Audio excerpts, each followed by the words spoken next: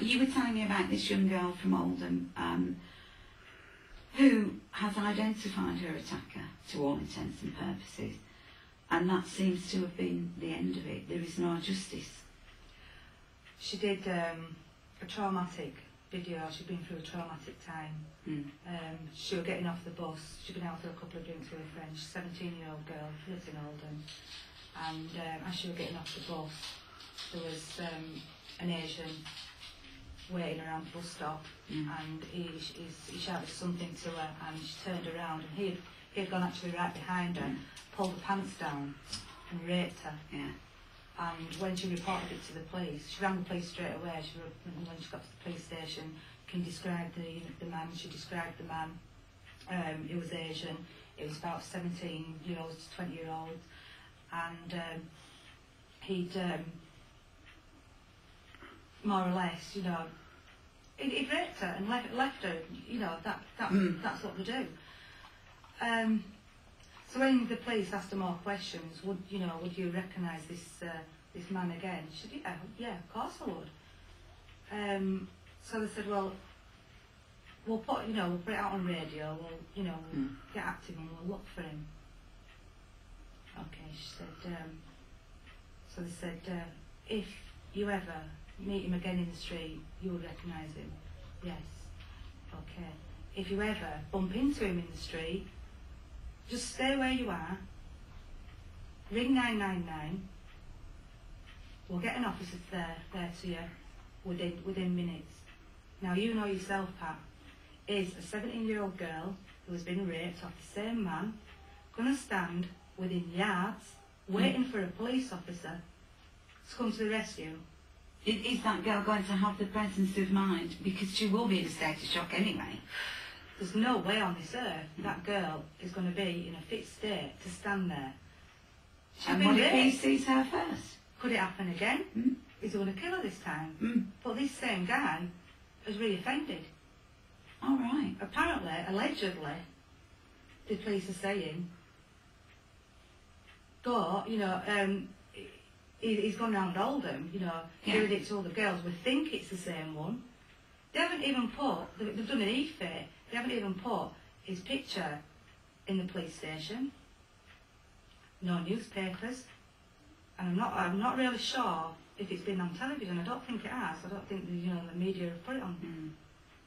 That's understandable to a certain extent, because unfortunately in the society we live in now, girls being dragged off the street and raped is not front page news. It's not worth sending out a television crew, because it's an everyday occurrence. It's an accepted way of life. Yeah, it's usually on 23, page 23. Yes.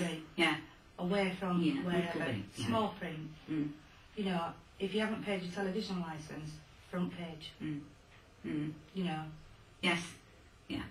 Or if you're a vicar and you won't pay a certain amount of council tax because you feel that you are being charged too much money, they'll put you in jail. Yeah. But if they suspect you of being a rapist, you can walk round free, because she's a white girl, she was out on her own, she'd had a drink, so it was obviously her fault. Yeah, but Pat, how many other of our white roses are out there who have been raped? Yes, and how many will come forward? Yes, because of the humiliation. Yeah, we have the same in Keighley, and I suppose Burnley's the same. Girls, I've grown up in Keighley all my life, and I've been to school with girls who have been raped from the age of 9, groomed, gone on harrowing, which brings me to tears, gone through prostitution, and some of them are dead. I've been to these girls' funerals. I've had a different... I haven't actually experienced anything like that. I've been fortunate in my own life, with my family life. I just haven't experienced that. But since I've been a counsellor, I do hear these horror stories. But the thing I find most, I don't know whether you find this, is people are too frightened to take it any further. Of course they are. They're embarrassed. it's not just the embarrassment part. They get threats off the families who have raped the victims, either to firebomb the house, cut the throats. We know where you live, we know where your children live, you know, and that's it. The police's attitude, it absolutely sickens me, and I suppose it sickens everybody.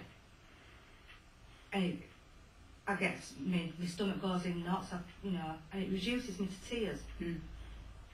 How these people can get away with what they're doing to our white roses.